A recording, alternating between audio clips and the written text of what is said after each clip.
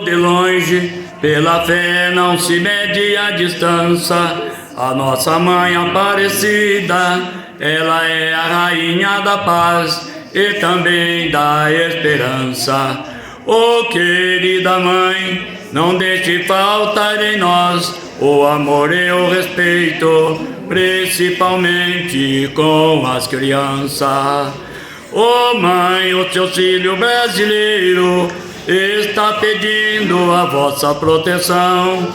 Proteja o povo do mundo inteiro. Somos filhos de Deus, nós somos todo irmão.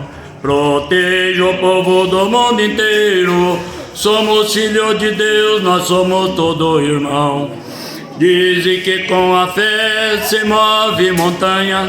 A Bíblia é o livro de Deus e nele está escrito: é com amor e respeito que a gente vê que o mundo que Deus fez pra nós, o quanto ele é bonito.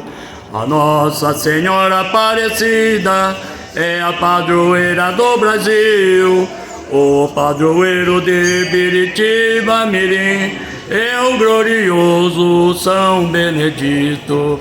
Oh, mãe, o seu filho brasileiro está pedindo a vossa proteção. Proteja o povo do mundo inteiro. Somos filhos de Deus, nós somos todo irmão. Proteja o povo do mundo inteiro. Somos filhos de Deus, nós somos todo irmão. Vamos pedir pro santo e a santa, que é da nossa devoção, que eles intercedam pro Senhor Deus, para que para nós não faltem a vossa proteção.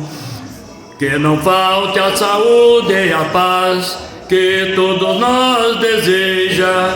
A Nossa Senhora Aparecida é a padroeira do Brasil. A gloriosa Santa Catarina é a padroeira desta igreja.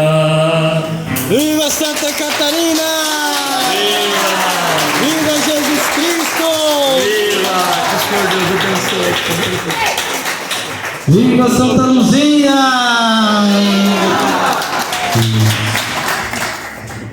Agora vamos caminhando para o término